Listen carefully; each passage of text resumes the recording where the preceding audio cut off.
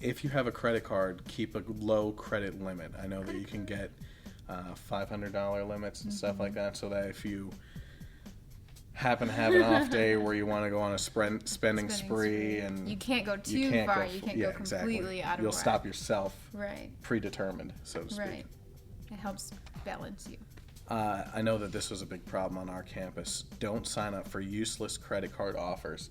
I know that there were a lot of things where if you go down to the local pizza shop and signed up for more information, you got 2 slices of pizza and a Pepsi, and people were lined out the door for it. Right. But now they've just collected your information. You're receiving junk mail. If you sign up for a credit card, you could get yourself into deeper debt and everything. Just stay away from it. No free offer is worth you going into a debt situation that you can't dig yourself deeper and you can't get out of. Right. You know? The things you want to look at are like the interest rate and the APR and all that stuff. You want to focus on those things, not what you're going to get for free that'll last you, a meal. Or just stay away from credit cards if you feel that you won't be able to handle it. If you can't handle it. The other one would be to pay your bills on time. Sorry, but that can be done online. It can be done online. But you want to pay them on time because that can get you into bad credit history. Yeah. And you're spending late fees. Right. And that's obviously cutting into your going out fees. This is more money that you shouldn't even be spending in the first place anyway. Right. The other one would be plan ahead for ATMs. So if you if you know that you go out to the ATM every day of the week to do your daily activities, you should plan ahead and take out a lump sum before the whole week starts, because you're paying, in a lot of cases, if you're not around your financial institution, you have to use another financial institution's ATM. They're charging you fees to use that, and 4 or 5 times a week. That's your money they're taking just to use a machine. So 4 or 5 times a week, you may be wasting $10 to $20. Right. And that cuts in, obviously. Just be careful you don't take out so much and then spend it all the first day. Segment it out and remember to use your budget. Budget. Exactly. When it comes to making money on campus or anything, consider a part-time job. Part-time jobs are flexible because when you apply for a part-time job, they typically ask you what hours you're available. You have your class schedule and everything right there. Plan it out accordingly. I would always schedule around your study hours. Give yourself enough time that you can get your studies done and everything, and kind of plan it that way. You can also do, if you're really smart in any of the departments, you can actually be a tutor for people. Sign up on campus. I know I wouldn't be able to do math or anything, but if you're really that smart and you're the teacher's go-to person in the class for helping other people out while he doesn't have time or she doesn't have time, you could be a tutor, and you can actually use yourself as a basic and entrepreneurial spirit while you're in school. And a lot of times that's also like your study time. Like if you're tutoring somebody in your own class, that's helping you get ready for that class as well. So that helps out a lot too. You can also sell your old stuff, whether that be a garage sale right on campus or a dorm sale, I guess you would call it. Yeah. You can sell your stuff online, Craigslist or eBay. Facebook has its own. I didn't know that. Yeah, Facebook has its own sales. It's almost like a Craigslist. Okay. You can actually list your things, and people can see it on campus, or your friends can see it and stuff like that. That's awesome. So you can always use Facebook for that type of thing as well. Sell your stuff for free. Don't go to somewhere where you have to spend money to put it up or whatever. Yeah, especially if you're trying to make money. Right. You're just wasting it. And then the other one would be work for free. And this doesn't seem right as far as making money is concerned. But when it comes to things like internships, most colleges require an internship before you graduate anyway. And when you do an internship, even though it's free, you're setting yourself up with experience and knowledge to make even more money down the road when you actually do get a real job. Right. So an internship maybe in coordination with a part-time job would be something that would actually work out for you really well.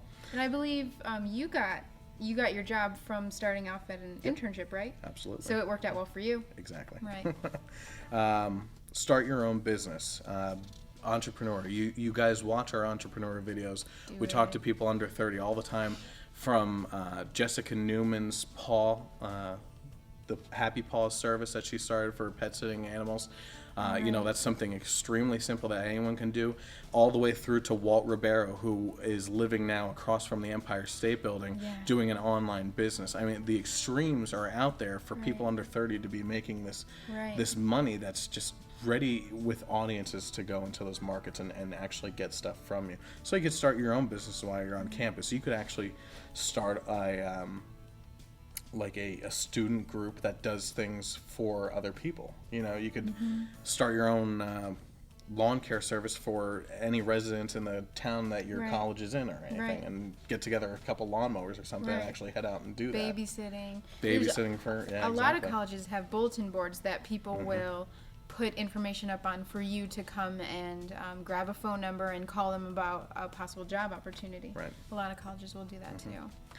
When it comes to housing and transportation on campus, you want to use public transportation if you are not within a walking distance of the school. You're going to save money that way because you won't be paying the gas for your own car, any expenses towards your auto repair or anything like that. Some people would even argue that it's better for the environment for mass people to go together. So it is. It's all together. Of course, that is if you can't walk. Exactly, if you can't walk. Or bike. Yeah, which is actually good for yourself too then. Right. Helps with the freshman 15. Yeah, exactly. Especially if you're hitting up those buffets. Right. You also would probably, unless you're completely antisocial, get a roommate. Yes. That will cut your costs in half, unless you get even more roommates than that, which can keep on divvying up that cost all over the place, You can also carpool. So let's say you are using your car. You like using your car. We're not telling you not to use your car. But you can also help out other kids, and maybe they want to chip in some money towards the gas or anything like that. So you can actually pick up people on the way, and they'll each throw in a couple bucks and help you with gas. And exactly. If you don't use it all towards gas, you have something to save up for maintenance or for if something happens to your car. Yep. And to go along with the whole walking and biking, the other tip would be to live close, so you can actually do that stuff instead of spending money on all these other things. Try to find something close.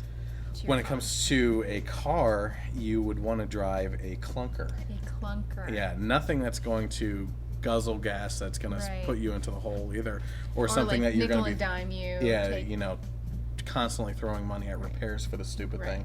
But you would want a cheap car that fuel efficient. What this really does narrow down to is that you're not doing a monthly payment on a car loan or anything like that. Don't buy something you want to can't get rid afford. of that. Exactly. And then the last few tips that we have for you here is on every, not every college campus, but most college campuses have gyms, and they're free for students and everything. But there's a couple other free gyms around too sometimes where you can actually public places that you can go. Or they have student rates a lot of times. Right, exactly. So you want to keep an eye on those. Take advantage of free services. So free services available in your community, like the libraries, the parks, maybe free classes that local people are having for people. I know, another thing to look out for, especially for women, is self-defense classes in the area. Yeah, absolutely. You can find those. We can't sugarcoat everything, and sometimes things happen out there, and it's good to take those types of classes too. Be prepared. Even men can take self-defense classes. So, get health insurance from somebody else. So sometimes your parents have health insurance that you can be covered under. Maybe you're married and in college, you can get it through them as well. Have a financial plan. If you fail to plan, you plan to fail. So always budget things out. And then the last one is determine your own spending. Don't try to keep up with your friends' activities and them going out. If they have more money than you and they can afford to do more things, don't feel like you have to keep up with them by spending your own budget. You want to keep it easy, keep a nice financial lifestyle. Again, pick a budget, a realistic budget, and keep it. Right. So we hope these tips actually help you out while you're in school, and if you have any more, you can leave some comments on the website as well. Until next time, this is the Edge Podcast. I'm Chris, and this is Susie. Bye.